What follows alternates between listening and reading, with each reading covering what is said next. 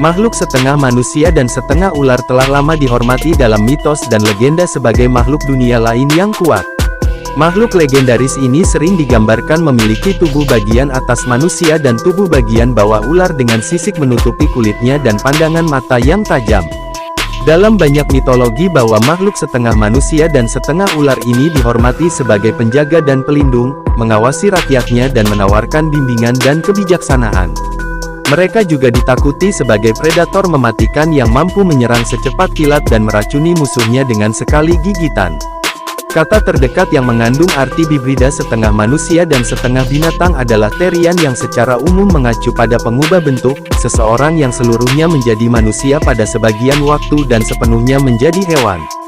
Istilah Therian yang digunakan dalam bahasa Inggris dan bahasa lain khusus untuk campuran tersebut dan seringkali merujuk pada makhluk legendaris dalam mitos.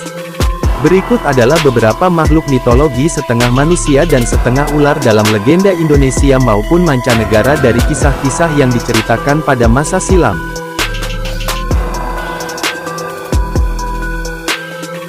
Dewi Nagagini adalah putri Hyang Antaboga, keturunan Raja Ular yang cantik jelita. Namun ia dapat berubah menjadi sosok ular yang ganas bila murka. Dewi Nagagini dilegendakan sebagai salah satu istri Pandawa Bima atau Raden Bratasena. Pernikahan mereka dikarenakan sang Dewi Nagagini mengaku bertemu dengan pemuda gagah bernama Bratasena sehingga membuatnya jatuh hati. Ia pun meminta sang ayah mencari pemuda tersebut. Seperti sudah ditentukan oleh takdir maka waktu itu Pandawa beserta Kunti sedang tersesat di bumi lapis ketujuh, tempat di mana Dewi Nagini tinggal. Mereka pun bertemu dengan Hyang Antaboga. Kemudian Hyang Antaboga membawa Pandawa ke istana. Mata Dewi Nagagini langsung berbinar ketika melihat Raden Bratasena. Tanpa waktu lama setelah mendapat persetujuan dari Bratasena maka keduanya pun menikah dan menjalani kehidupan pengantin di istana. Dari pernikahan itu, mereka dikaruniai putra bernama Raden Antareja. Nama Nyi Blorong tentu sudah tidak asing lagi di telinga masyarakat Indonesia. Sosok ini dipercaya sebagai panglima terkuat di pasukan pantai selatan. Nama aslinya adalah Nyimas Dewi Anggatri yang dikarenakan kesalahannya, ia diusir dari keraton dan tersesat hingga sampai ke kerajaan pantai selatan. Oleh Nyi Roro Kidul, ia diberi kesaktian berupa kekuatan siluman ular dan diangkat menjadi panglima kerajaan setelah berhasil berkiprah di berbagai medan pertempuran. Namanya pun diganti menjadi Nyi Blorong. Sejak saat itu Nyi Blorong menjadi sosok yang disegani di kalangan siluman. Ia juga memimpin makhluk halus yang ditugaskan untuk menyesatkan manusia dalam ritual pesugihan. Nyi Blorong diklaim mampu membuat hambanya menjadi kaya asal menyediakan tumbal untuk dijadikan budak di kerajaan pantai selatan. Konon Nyi Blorong akan menjadi sangat kuat saat bulan purnama tiba. Dikisahkan dahulu bahwa antara Merbabu dan Telomoyo terdapat desa yang bernama Ngasem.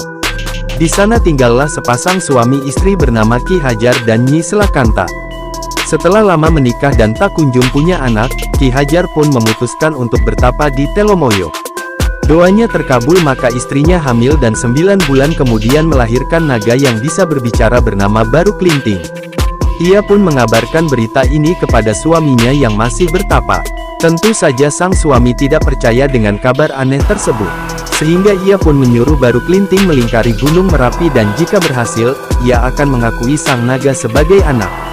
Benar saja, Baru Klinting pun mampu melakukannya. Agar sang anak menjadi manusia, Ki Hajar menyuruh Baru Klinting bertapa di Bukit Tugur. Sayangnya dalam pertapaan itu, ia ditangkap oleh penduduk dan dagingnya dimasak dalam sebuah jamuan besar. Rupanya dalam waktu bersamaan, Baru Klinting berhasil mewujud menjadi anak laki-laki. Ia pun datang ke jamuan tersebut dan meminta makanan karena lapar. Namun tak seorang pun yang memberinya makan. Ia malah dimaki dan diusir. Hingga akhirnya seorang wanita miskin mau memberinya makan. Karena murka dengan perlakuan warga desa, Baru Klinting pun mengadakan sayembara mencabut sebuah lidi yang tertancap di tanah. Orang-orang memandang remeh sayembara tersebut dan berbondong-bondong mengikutinya karena mereka menganggap sedang dipermainkan oleh anak kecil. Namun rupanya tak seorang pun dapat mencabut lidi itu. Akhirnya Baru Klinting yang mencabutnya sendiri. Dari bekas cabutan itu muncul semburan air yang menenggelamkan orang-orang kecuali baru Klinting dan wanita yang tadi menolongnya. Mereka selamat setelah naik lesung yang dijadikan perahu. Laodewuna adalah makhluk mitologi yang keberadaannya dipercaya oleh masyarakat di Maluku. Wujudnya setengah laki-laki setengah ular. Beberapa orang percaya bahwa sosok ini hanyalah makhluk mitologi. Namun sebagian lagi percaya jika Laodewuna adalah bagian dari leluhur rakyat Maluku. Dikisahkan bahwa kerajaan Sahulau adalah bagian dari kerajaan Nunusaku. Namun banyak masyarakat yang menolak eksistensi kerajaan ini dikarenakan dipimpin oleh seorang sultan tidak sempurna seperti Laodewuna. Bahkan Laodewuna diusir dari kerajaannya sendiri. Akhirnya Laodewuna memutuskan untuk bersembunyi ke Gunung Raupe dan mulai memperbaiki hidup dengan membuat perkampungan baru di sana. Bahkan ia juga menikah dan mempunyai keturunan.